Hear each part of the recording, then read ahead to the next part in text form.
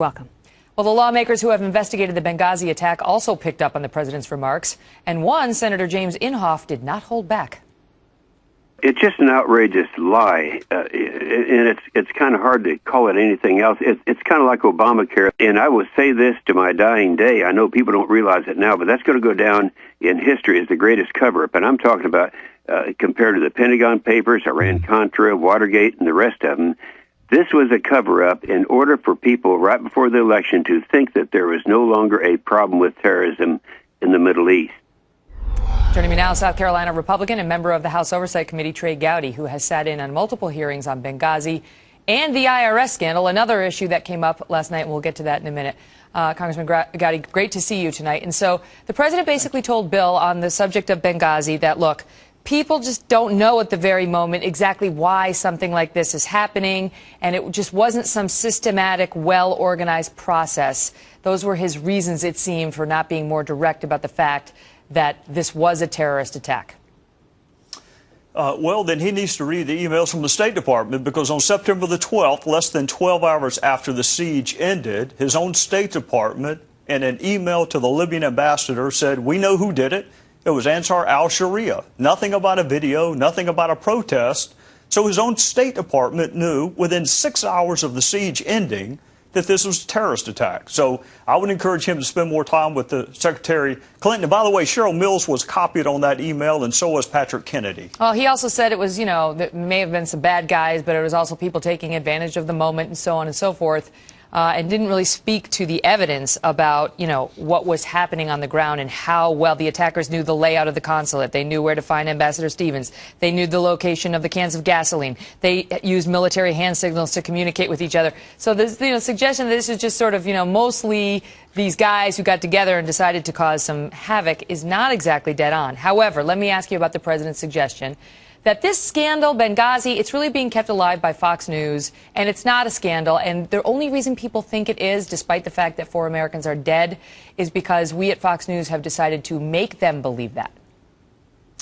Megan, I can tell you this. There are 4 murdered Americans, and I am asked about Benghazi more than I am any other issue. And that is true in South Carolina. It is true in Texas.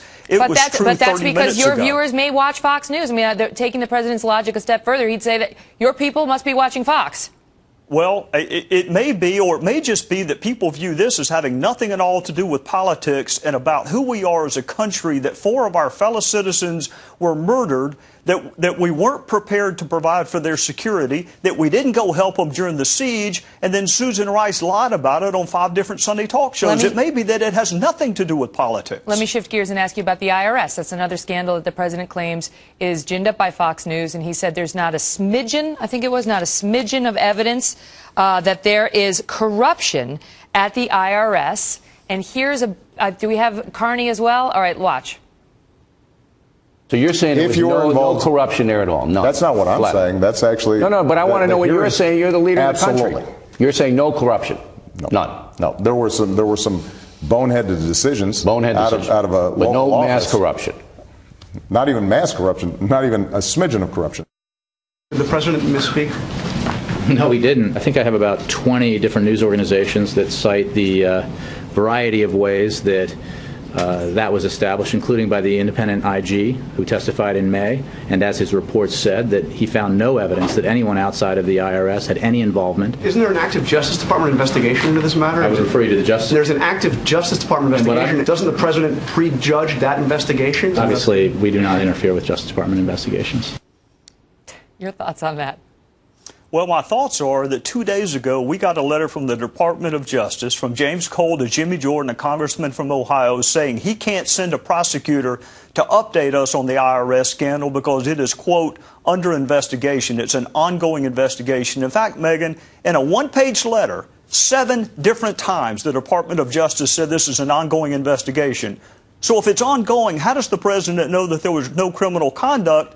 And who briefed him on it? If you can't come tell Congress the status of the investigation, why are you updating the president? All the more reason for us to have a special prosecutor who is immune from any pressure that the White House might could put on him or her. Need a quick answer. Is there some potential problem in the boss projecting to those conducting the investigation that he knows exactly how it's going to come out? I think that the president said with a lot of certainty, he certainly acts as if this thing is dead. The Wall Street Journal has reported that it's dead. I can just tell you that the people that I work for and the other states I travel to, this is a big deal when government targets you based on your political beliefs. But to say there's not a smidgen of corruption when the investigation is ongoing, I don't know any con law professor that would have said that unless he had information you and I don't have. I don't know. He fired the head of the IRS.